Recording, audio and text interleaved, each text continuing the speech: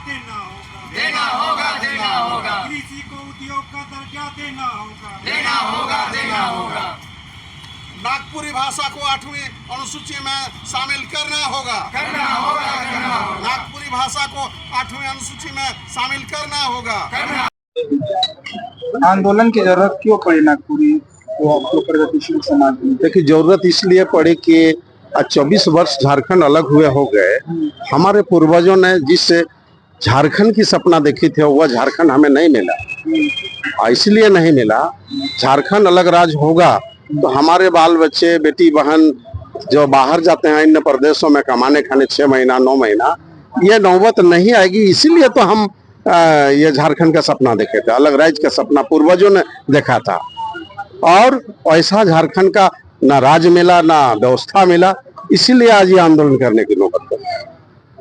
आप लोग के जो लिस्ट में एक लिखा हुआ है अश्लीलता से संबंधित कुछ मांग है, उसको कैसे जस्टिफाई आप लोग कर रहे हैं? अश्लीलता मैटर को इस रूप में हम देख रहे हैं, आज कम उम्र के बाल बच्चे यूट्यूब में, फेसबुक में जो गंदा गंदा अश्लील शब्द डाला हुआ है, जो प्रसारण हो रहा है, वो एक टेंटेटिव एज में उन्हें देखना चाहिए। वो हमारे छोटे बच्चे देख रहे हैं, उसका मानसिक शारीरिक अपना उम्र के काल में वो उनके लिए घातक हो रहा है, समाज के लिए घातक हो रहा है, उन बाल बच्चों के गार्जियन के लिए घातक हो रहा है। इसलिए इस मांग को हम लोग रखे हैं।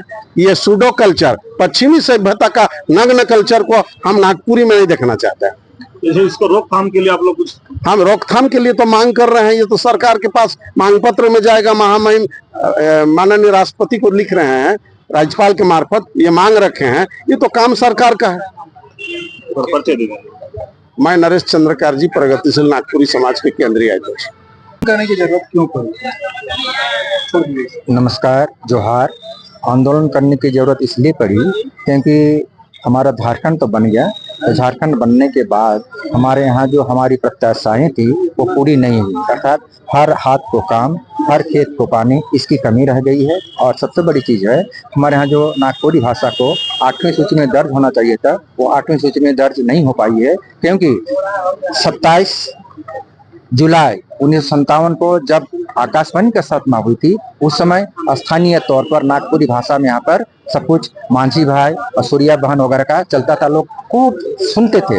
अब वो जो जनभाषा है हमारे नागपुरी, इस नागपुरी भाषा को अभी तक संविधान के 8वीं सूची में दर्ज नहीं किया गया। वो यहाँ का बड़ा दर्द है, पहली बात। दूसरी बात यह है, कृषि को उद्योग का दर्जा। हमारे यहाँ किसान खेती तो कर लेते हैं, लेकिन जब फसल हो जाती है तब वही 14 रुपए धान दो, 13 रुपए धान दो। उनका जो कितना खटनी हुआ, कितना लागत लगा, इसकी कोई हिसाब किताब नहीं है, और उनको अपने कम दामों में बेचना पड़ता है। बात यह है कि आपका प्राइस राइज, चाहे छोटे से छोटे, चाहे कॉस्मेटिक्स हो, एडिबल हो, तेलहन हो, दलहन हो, सबका बढ़ जाता है, लेकिन किसान का उपज का दाम नहीं बढ़ता है। और विडंबना है कि सब कोई अपनी अपनी उपज का दाम निर्धारण कर सकता है, किसान नहीं कर सकता है। इसलिए हमारा नागपुरी समाज का, और नागपुरी समाज आधारित है प्रौद्ध दर्शन पर। प्रौद्ध दर्शन का कहना है कि खाली नागपुर में नहीं, पूरे इंडिया में कृषि को उद्योग का दर्जा देना होगा। क्योंकि फसल का निर्धारण जो अपने हिसाब से कर सकेंगे मूल्य, तो उनका खुशहाली आएगी। उनको भिक्षा सम्मान योजना से, भिक्षा से उनकी खुशहाली नहीं आ सकती।